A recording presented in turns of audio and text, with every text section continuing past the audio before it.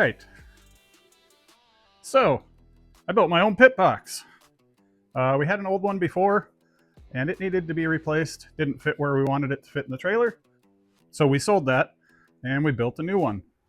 This one is, for dimension's sake, for those who might want to know,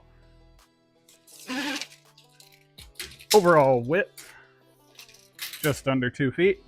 Okay, we came out right at 2 feet with the caps on, and length of 51¼ inches.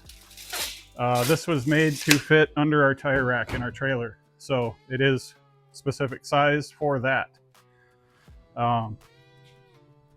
We made some door spaces, storing our containers, tire tools, more containers to get stuff organized. Nice little Amazon latches, cheap and simple. And over here, same thing. We got space that's going to be for chemicals and some other parts and such up here. And then we stored most of our spare parts down in the bottom drawer, which I got to go through because some of those need to be cleaned out and or replaced. So that is the phantasmic new pit box. And I'm going to trip over the car. Yep, There it is. I just put a hole in my pocket. So that is the new pit box, and unfortunately, I didn't take a lot of video when I was building this because I would only get, a little bit of time here and there on the side to work on it. So most of the time spent was, half hour here, an hour there, and not a whole lot of dedicated time. So long story short, I didn't really start the recording because I'm like, I'm not going to have enough time to really get into much. I'm maybe going to cut a few pieces or rivet a few pieces. Looking back, I should have done that and just saved the videos somewhere. But I did take pictures. So we're going to go through those here. And you can kind of see the progression of how we got to this state. All right.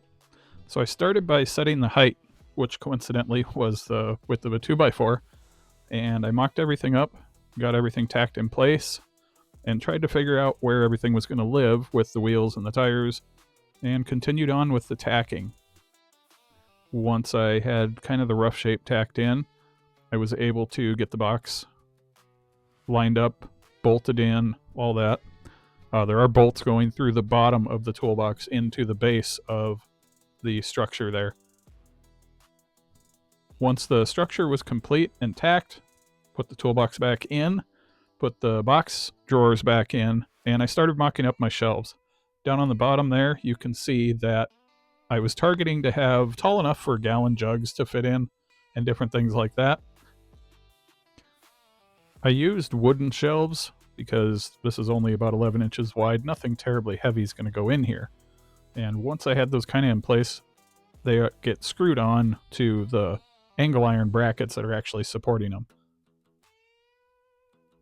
After I had the brackets and the shelves located where I wanted them, I started on applying the coin floor to them. This coin floor was that kind of puzzle piece, 12 by 12 squares or 15 by 15 squares, I forget. Just kept placing those in, cutting them to fit. They are glued into place, so they aren't probably going anywhere anytime soon. Next up was to fabricate the top. So you can see at the top, I built this out of angle iron, and the point of that was to set a 3/4 inch piece of plywood down into that recessed space, and then apply this, I believe it's 1/4 inch thick coin floor material. And in doing so, it came right up to the top edge, just slightly above the angle iron, which I believe was 1¼ inch total. By the time it was all said and done, it worked out really well. I was able to put the coin floor on, and then when I put the trim on, it nicely capped that edge. Next up was the sheet metal. Went ahead and cut to fit a bunch of pieces, bent the 90-degree angles where needed so that it would wrap corners or be a hemmed edge on the back. This was in 3 pieces on the back side, and then everywhere it tucked into a drawer or door, it had a 90-degree bend on it as well. Once all of these corners, edges, sides, panels were on, we moved into putting trim pieces on. Each corner got its own wrapped trim that was a hemmed 90. The top edge got the same. I did that in black just to kind of blend in with the coin floor up top. And now the removable vise. This is one of the cool features, I think. Welded a 2-inch receiver into the end of the frame, and now I can pull in my vise and put a pin inside so it doesn't move, use it as needed, and then come back and put other accessories in there when I need to.